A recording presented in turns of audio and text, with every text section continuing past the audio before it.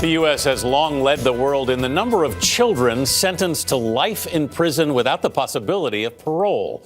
And one state, Pennsylvania, has put more juveniles behind bars for life than anywhere else in the country.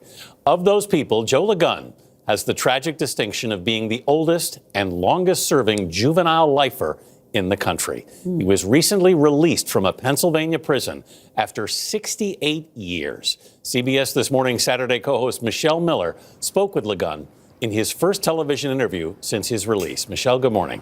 Good morning. Joe Ligon was released from prison back in February after a series of U.S. Supreme Court decisions found that those mandatory life without parole sentences for juveniles were unconstitutional. This highlights the issues of oversentencing in America's criminal justice system. And for Ligon, now a free man, he's entering a world, a modern world, he barely knows.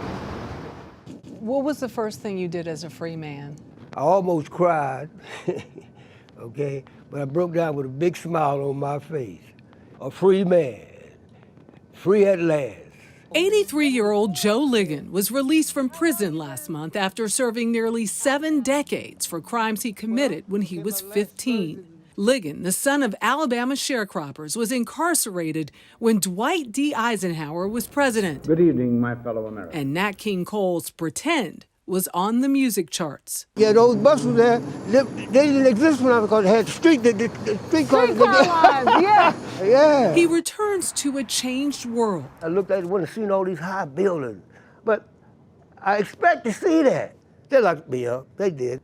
They didn't lock my mind up. In 1953, Ligon and 4 other black teenagers were involved in an alcohol-fueled spree of robberies and stabbings in Philadelphia.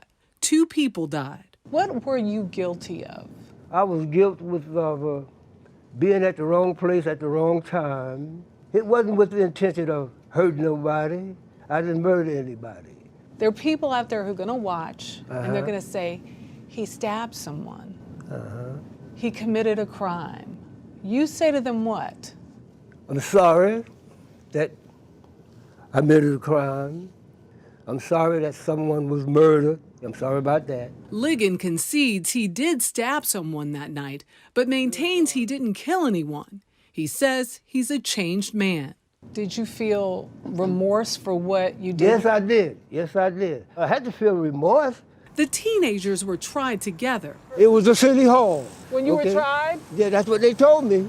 They pleaded guilty and were convicted of 2 counts of first-degree murder and sentenced to life in prison with no chance of ever getting out. This is the habeas petition I filed.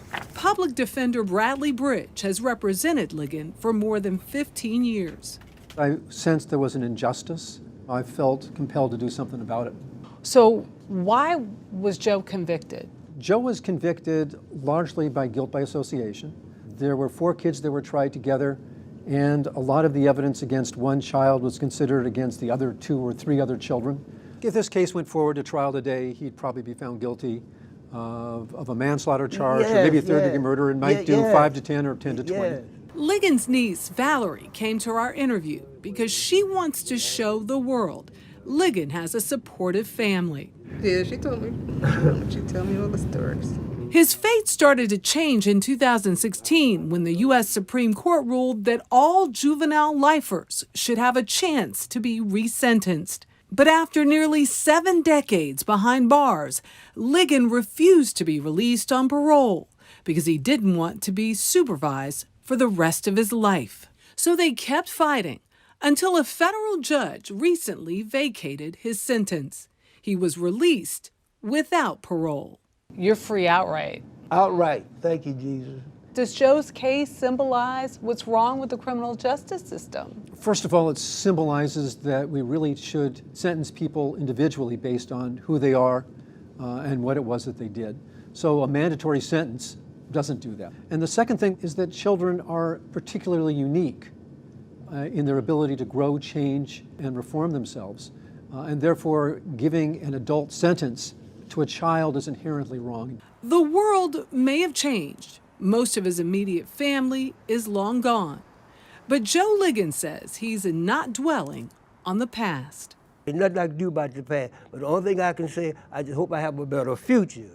And consider this, it cost the state of Pennsylvania $3 million to incarcerate Joe Ligon for those 68 years, and that's without any medical costs, Gail.